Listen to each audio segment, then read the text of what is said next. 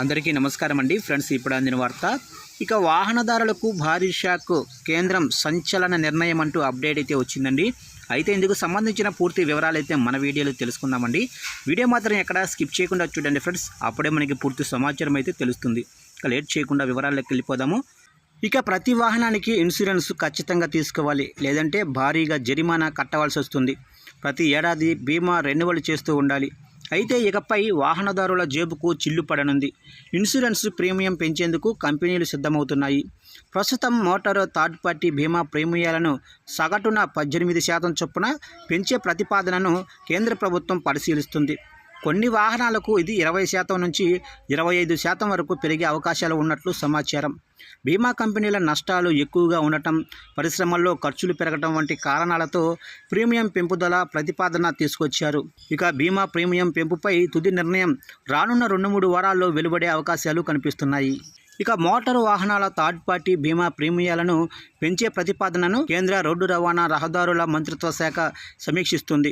Insurance regulatory and development authority of India సిఫార్సులు చేసింది. గత 4 సంవత్సరాలుగా ప్రీమియం రేట్లలో ఎలాంటి మార్పులు చేయకపోవడంతో ఈసారి నిర్ణయం తీసుకునే అవకాశం అయితే ఉంది. ప్రతిపాదిత సగటు పెంపు 18% ఉండగా కొన్ని వాహన విభాగాలకు 20 నుంచి 25% వరకు పెరిగే అవకాశం అయితే కనిపిస్తుంది. మోటారు వాహనాల చట్టం ప్రకారం థర్డ్ పార్టీ బీమా తప్పనిసరి.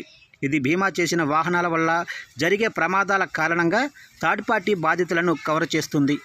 ఇక గత కొన్నేళ్లుగా బీమా కంపెనీల నష్టాల నిష్పత్తులు ఆందోళనకరంగా ఉన్నట్లు నివేదికలు చెబుతున్నాయి.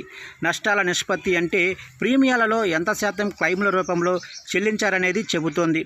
ఇక న్యూ ఇండియా ఇన్సూరెన్స్ గత ఆర్థిక సంవత్సరంలో 108% థర్డ్ పార్టీ ఇన్సూరెన్స్ నష్ట నిష్పత్తిని నమోదు చేసింది. ఇక ఐసిఐసిఐ లాంబార్డ్ 64.2% నష్ట నిష్పత్తిని నమోదు చేసింది. స్థిరమైన ప్రీమియం రేట్ల కారణంగా జనరల్ బీమా సంస్థలు ఎదుర్కొంటున్న ఒత్తిడిని ఈ గుణాంకాలు తెలియజేస్తున్నాయి. ఇక గత ఆర్థిక సంవత్సరంలో థర్డ్ పార్టీ బీమా మొత్తం మోటార్ బీమా ప్రీమియంలలో దాదాపు 60%గా ఉంది. ఇది సాధారణ బీమా పరిశ్రమ మొత్తం ప్రీమియం ఆదాయానికి 19% దోహదం చేసింది. ఇక ఈ క్రమంలో ఆర్థిక పరిస్థితులకు అనుగుణంగా థర్డ్ పార్టీ ప్రీమియాలను క్రమానుగతంగా సవరించాలని పరిశ్రమ చాలా కాలంగా కోరుతుంది. చివరిసారిగా 2021లో బీమా ప్రీమియాల సవరణ జరిగింది. ఇక ఆ తర్వాత రేట్లు స్థిరంగా కొనసాగించడం వల్ల బీమా సంస్థలకు మార్జిన్ ఒత్తిడిని పెంచింది.